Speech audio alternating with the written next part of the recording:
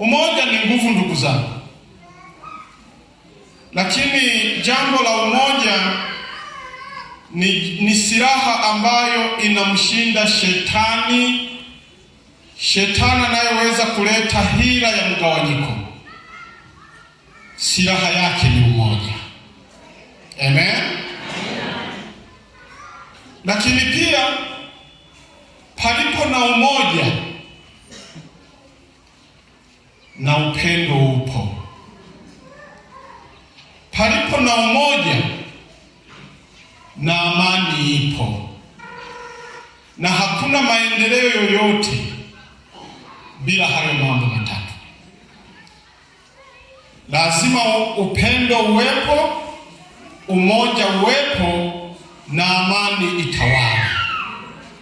Ndipo kila mmoja anafanya kazi kwa moyo mkamilifu. Bwana Yesu asifiwe.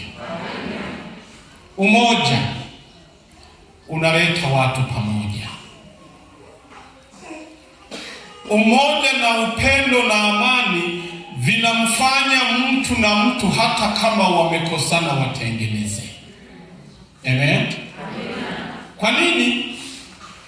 Tupo hapa duniani, lakini baadaye tutaishi katika ulimwengu usio wa duniani.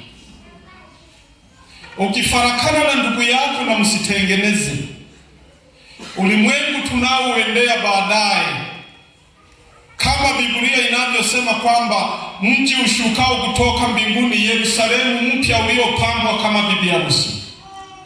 Hawa watu waliofarakana hawana nafasi katika mji huo. Lakini unajiuliza, mtu mnaweza mkafarakana, msiwe na umoja hapa, wala msiwe na amani wala kupendana hapa duniani.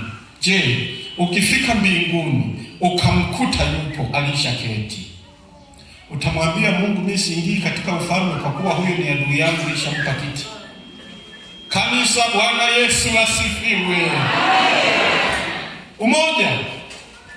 Umoja na amani ni silaha yetu, na hivyo ndivyo Yesu alivyotuombea. Kwanza tupendane, tuwe na umoja, lakini amani itawale. Na tunaposema hata kama ni jambo linaloleta maendeleo, hakuna maendeleo bila umoja, bila amani.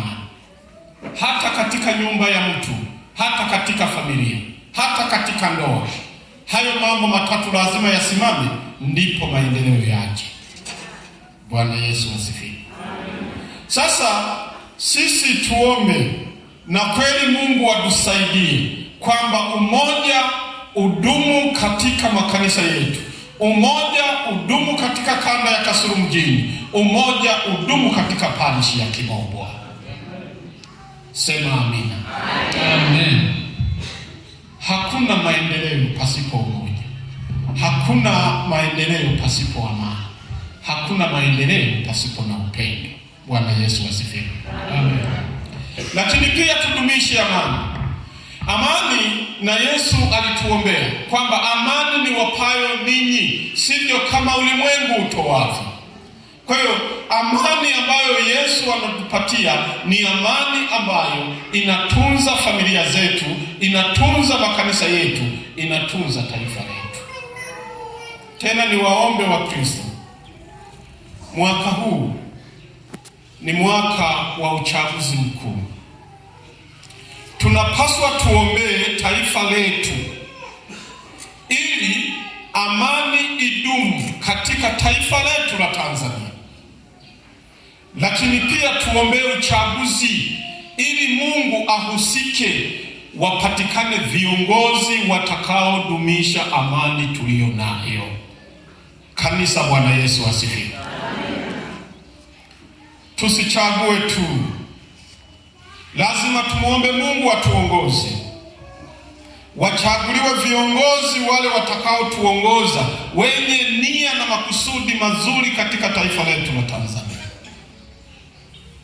Lakini watakaodumisha amani ili na uhuru wa kuabudu kwa dini zote uendelee kama ulivyo sasa. Bwana Yesu asifiwe. Ndugu zangu, tunakusanyika hivi, tunakuwa na uhuru wa kuabudu, tunakuwa na uhuru wa kuomba, ni kwa sababu ya amani. tunu ambayo Mungu ametupatia katika taifa hili.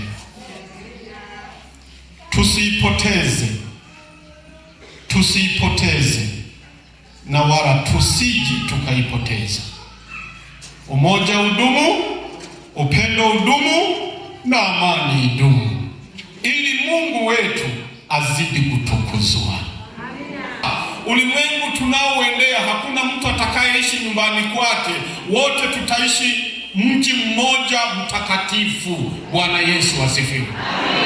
Kwa hiyo mkichukiana hapa ulimwenguni, ule mji tunaoendea mnakaje? Tunaanza zoezi hapa, halafu tunakamilisha kwa Baba.